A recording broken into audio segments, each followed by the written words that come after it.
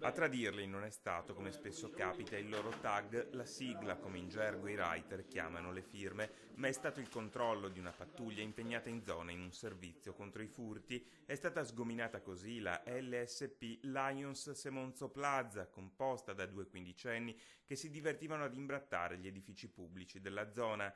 Da poco, quella sera, avevano terminato di coprire la parete del centro sociale di Semonzo a Borsa del Grappa. All'arrivo però della nostra pattuglia i giovani fuggivano, ma a piedi venivano poco dopo bloccati mentre uno di loro scavalcava un cancelletto ed entrava nel giardino di un'abitazione. I carabinieri li hanno sorpresi attorno all'1 di notte. Avevano il passamontagna calato in faccia, la bomboletta spray in una mano e una torcia nell'altra.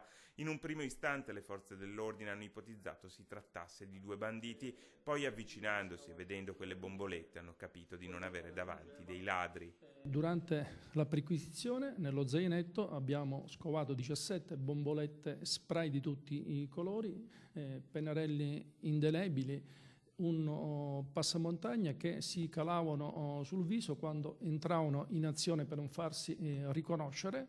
Per i due quindicenni è scattata anche la telefonata a mamma e papà. I genitori si sono presentati in caserma e hanno espresso la volontà di risarcire il danno. Il giorno seguente sono presentati i genitori molto dispiaciuti per il comportamento dei loro figli, che però sono intenzionati a risarcire il danno.